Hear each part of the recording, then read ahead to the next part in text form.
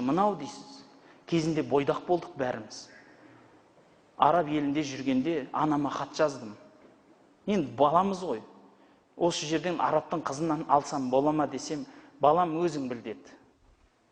Ақылың есің кірген, оң солыңды есепте, бізге жарамды болса болды өзің көр деді. Содан кейін жарамды дегенін іздемеймін ба енді? Іздеп жүріп бір ұстазыма барсам, ұстазым бетімді қағып тастады. Сен ақымақсың ба?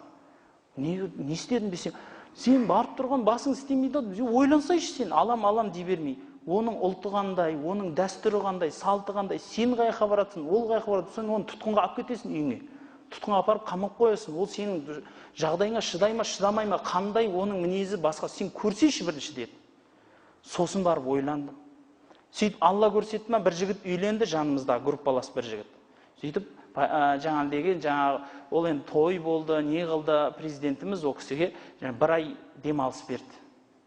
Сонымен бір ай болар болмас, енді ол ертерек квартира тауып келу керек қой сабағын басталуына. Бір айға, бір апта, 10 күн қалған кезінде ертерек келді университеттің жанында.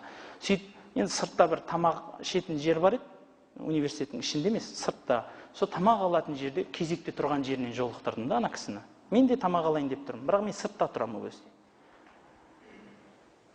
Жаңағы тамақ алайын деп тұрсам, ана кісі кезекте тұрды, сосын ассалаумағалейкум, қашан келдің? Осы бір-екі күн болды, келдім, осы жерден бір квартира, университеттің жанынан квартира қарап жүрмін, біреуін тауып қалдым, құда қаласа енді ертеңдері ма көшіп барам деп жатыр. Тамаша екен ғой, жақсы болды. Десем, енді 2 табақ алды да, сосын айтты, неге 2 алдың десем, келіншегім екеумізге дейді.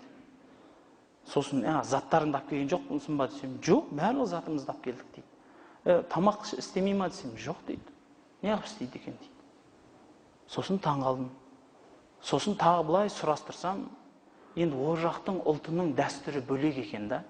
Сосын мен айттым, біздің қазақтың қызы қайтетінін айтайын ба дедім. Таң сағат 6-да тұрады, намазын оқиды, сиырын сауады, сөйтіп жүгіріп шай қояды. Содан кейін ана балаларын ұйқысынан тұрғызады, мектебіне жібереді, ана енелеріне шай тамағын береді, қайттан жататын жатқыздырады, тұрғыздырады. Сөйтіп, жаңалдегі таңғы бір уақытта жұрттың бәрі жиналғанда таңғы шай басталады. Шай басталғасын, сол шайын әйтеуір бітіре бере, түскі асына ортада кірін жуып үлгеріп жатқан кезінде балалары мектептен келеді. Ол мектептен келіп жатқанда біреу түскі асқа жұмыстан келіп жатады, оның тамағын береді, ананың киімін ауыстырып, киімін дайындайды. Сол уақыты бола берген ортада асыр намазын оқып үлгереді. Жаңағыдай сөйтіп асыр намазын оқып үлгеріп бір ыдыс аяқты жуып, қайтадан бір-екі кірпірді ана-мынауын түртіп өтіп кетіп, жолшыбай сиырды да сауып кетеді. Жаңағыдай сөйтеді да, соның бертін келе жатқан кезінде кешкі 1-2 қазанның кәкпірменен мынаяғынан ұрса тамағы да пісе салады. Жаңағыдай сөйтіп жұрттың бәрін сағат 12-1-де ұйықтатып, қырып, дихлофос секпендей сындырып, бітіріп, ең соңында жат тағы да бірінші болып тұрып алады дедім.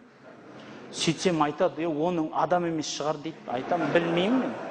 Біз осындай анадан туылдық, осындай келіншек аламыз ба дейміз. Рас қой, біздің ұлтымыз осындай дейміз енді. Арабтар мақтанады, бізде 2 мезгіл тамақ ішеді, дастархан 2 мезгіл жайылады, сендерде қандай дейді. Бізде семья үлкен болса, дастархан бір-ақ рет жайылады деймін. Қалай дейді. Таңда жайылған дастархан кешке төсек салынғандығы үшін алынады, болмаса ол тұра беретін еді деймін. Себебі келіп, ауысып, жеп, іше береді, қонақ қой енді ол. Бізде бір-ақ рет дастархан жайылады. Ол кешке төсек салынатын орынды алып тұрғасын, алып тастайды анадан. Болмаса тұратын еді ол жер, тағы да түнде келсе де қабылдай береді адамдарды.